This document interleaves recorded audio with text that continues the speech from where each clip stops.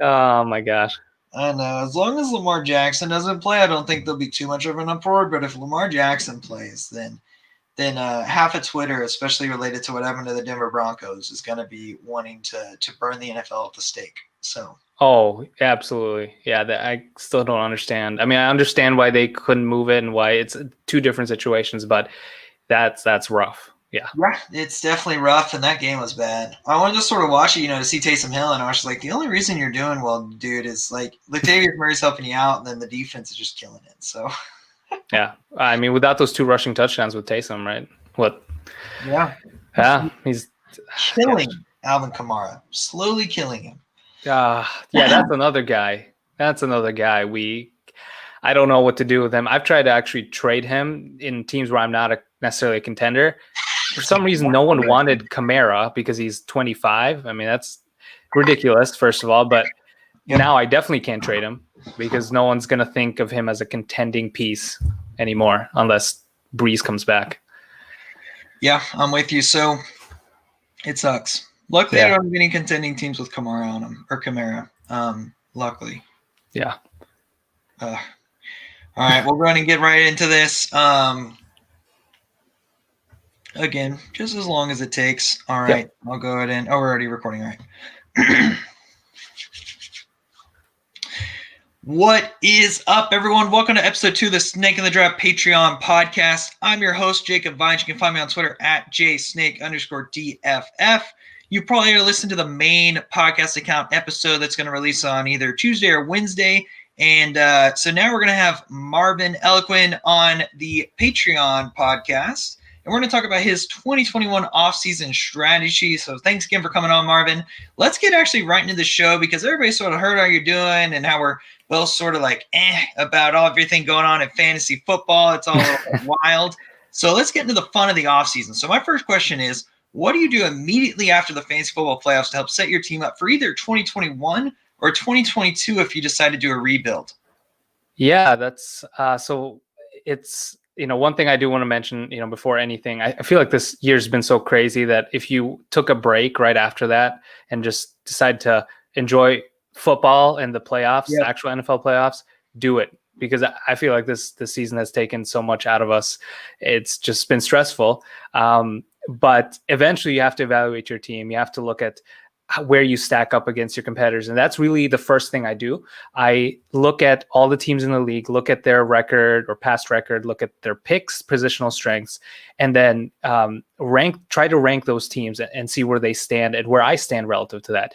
One thing that's awesome is the Dynasty GM tool. We both write for Dynasty Nerds and rank for them, and that powers the Dynasty GM, which allows you to evaluate your teams based on our ranking. So that's a great way. If all you listeners haven't signed up for Dynasty GM, definitely do that, and then just take a look at where are your strengths and weaknesses, and kind of just do develop a plan of attack for that. Try to see how can you strengthen those players and positions. And while it's been a crazy year with all these injuries, it feels like there have been quite a few. So also take that into account. If you lost Barkley, if you lost Sutton, you might not be in a terrible situation like you think. I mean, when Barkley's going to be back, you're going to have an RB1 on your team. So don't fret too much and just try to see if there are any moves you can make. And especially if you believe you're in the bottom tier, there might be some moves to make at that point.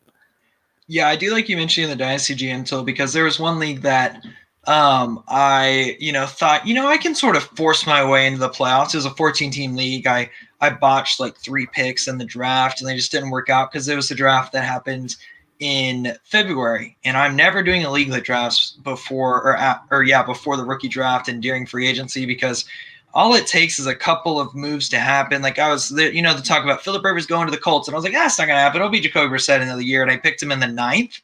And then obviously Phillip Rivers ends up going there, and it's like, well, that's not good. So anyways, using stuff like Dynasty GM was able to, it gives you an outside perspective to be like, all right, let's see where I'm at in contending and Dynasty. And I was 14th in both. And I was like, all right. This is ridiculous. I got to blow it up. And now I'm looking a little bit better. I have David Montgomery. I have Austin Eckler. I have 2 2021 first. Sutton, it's looking a little bit up now. I was able to trade for Justin Jefferson. So don't be afraid to blow up your team if you look at it and you're like, yeah, this isn't my year. And don't be afraid to do a couple years of a rebuild if you feel like it really sets you up. Don't rebuild forever though. So, anyways, this is your show, Marvin. So, what's your favorite sci-fi series? So this is an interesting one. I don't know if this is as popular of a pick, but I really like Stranger Things. I don't know if you watch Stranger Things, but it's I recently got into it in the kind of the boredom of the pandemic and just being home all the time. One of the shows that just popped up was Stranger Things. I've heard of it, never watched it, and it's really good, and I love it. It's a good balance of just comedy and sci-fi and some intense moments, and I'm looking forward to season 4 whenever that comes out. But yeah, it's one of my favorites, at least right now. Yeah, I really enjoy Stranger Things. And speaking of stuff that you heard about but never watched, have you seen Hamilton? Yes, I have. So I didn't see it or like watch any previews about it or anything. So like I heard, oh, it's really good, and I was like, oh, this will be good, And then I've watched it 2 times in the last week, and I'm like, this is really good. So I will have to. Sorry, I have seen it. I have not seen it, but I've heard of it, and I've heard music from it. But I definitely need to see it because I know it's on Disney Plus, and everyone loves it. I mean, like you said, people have watched it multiple times and they love it. So it's on my list of things to watch sometime soon. Yeah, for anybody that hasn't seen it yet, I do recommend it.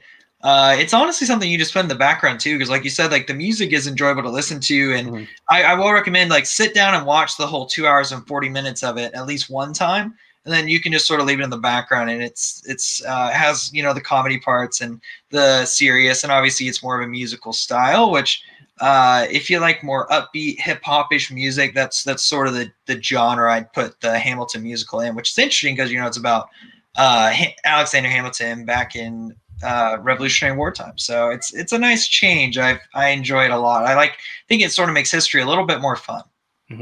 Absolutely, yeah. Definitely one of those movies you got to watch if you haven't already.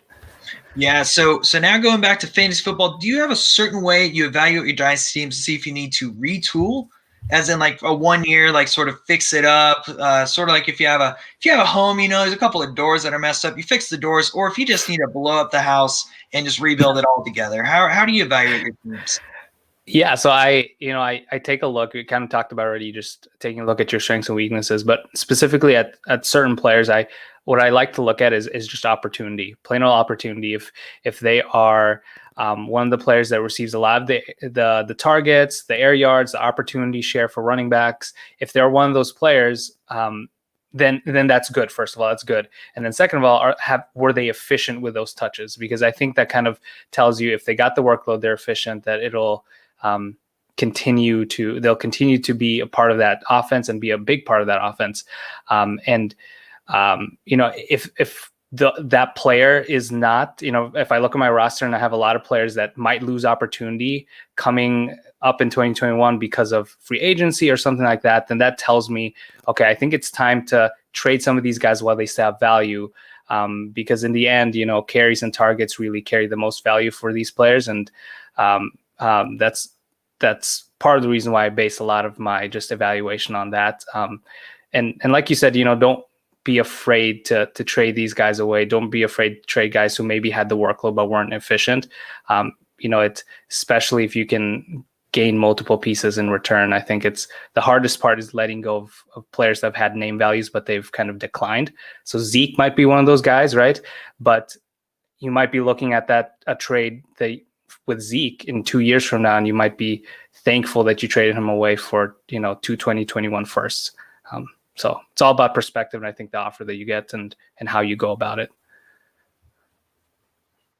Yeah, and I'm going to actually throw a curveball at you right here. What is a player that you're thinking could be a good player to add for teams that need to go into like a rebuild? Someone that may be either undervalued or someone that you think their value is going to keep increasing. One example of last year could be someone like a DK Metcalf. Everybody was sort of high on him, but obviously, as we've seen, not high enough. So do you have any players in mind for that, or at least one player? Yeah, that's a good question. I feel like this whole rookie class could be classified in that, right? some of the guys who might be losing some value, potentially CD Lamb, who just hasn't been great with Dak out, hasn't been the same guy. Maybe a contender might be willing to trade him away. I think someone who you could acquire and his value could skyrocket again next year.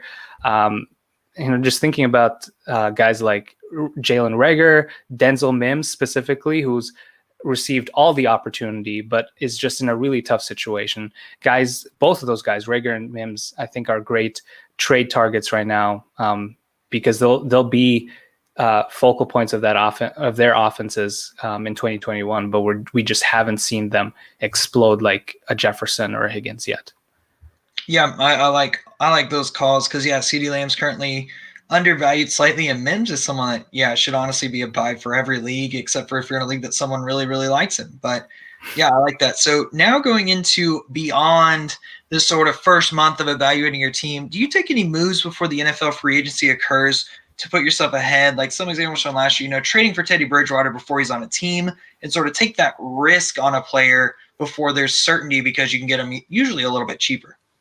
Yes, definitely. That's something that we all should be trying to do. I think in most cases, the reward outweighs the risk, and I think at that point you take the opportunity to trade for players. In the past, some of the guys that I remember that I've done this with are like Jerick McKinnon, who went from the Vikings to the 49ers, who actually ended up trading with the whatever draft that was 2018 first to move up to 101 to get Saquon, which, I mean, at that point, everyone was hyping up Jerick because of the opportunity that was ahead of him, and I traded for him really low at that point. Guys like that, and like on the opposite end, I remember keeping Tevin Coleman and not trading him away, and guys were trying to trade for him. That didn't work out because he went to the 49ers, and we've seen over the last couple of years he hasn't been that great. But two players that I'm thinking of this coming off season are Curtis Samuel and Corey Davis, two guys who are free agents. And very talented receivers, but they've just been in tough situations with other guys ahead of them, and they could be on their way to a different team with a better opportunity. So you could probably get them for a 2021 second, in some cases maybe even less for someone who doesn't believe in them. And if that's the case, they could sign on a team like, I don't know, the Chiefs, who knows, because they could use a wide receiver 2 or 3. Who knows which team it's going to be. The Packers could use a wide receiver too, potentially. And Curtis Samuel in that offense is worth more to me than he is with the Panthers right now, because they'll have probably a better floor, in my opinion. So trade for these guys now while their values are low and might just pay out and pay off in the future.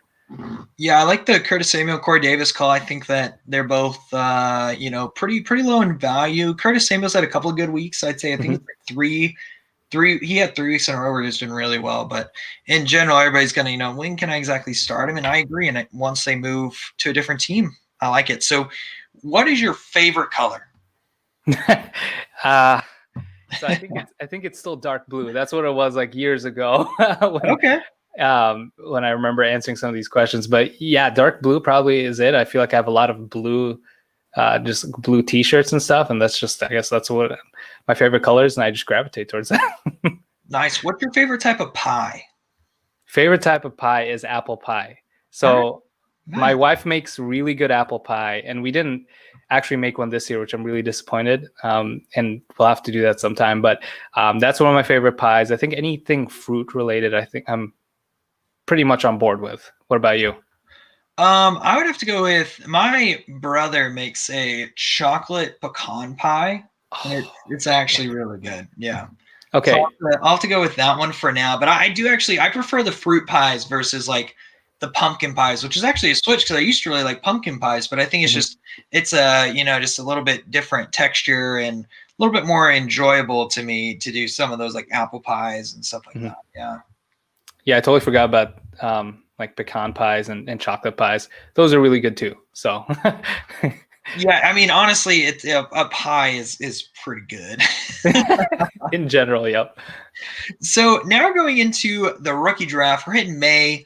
What is your philosophy on keeping rookie draft picks versus trading them away for known players and using potentially like rookie fever to your advantage? Yeah. So I guess it depends on your outlook. If you're a contender or a rebuilding team, if I'm a rebuilding team, I'm holding on to these picks. especially during the season when I think their values are really at its lowest. And if I was a rebuilding team, I wanted more of those picks. I think that's when you should trade for them during the season, when contenders who have 2021 firsts, mid to low 21 first will still be valuable in a few months, and they don't need them right now. They'll more likely need someone like an Adam Thielen, who is older but still very productive, and can help them this year. But if you can swap Adam Thielen for a younger elite receiver that's coming in this class, I would do it.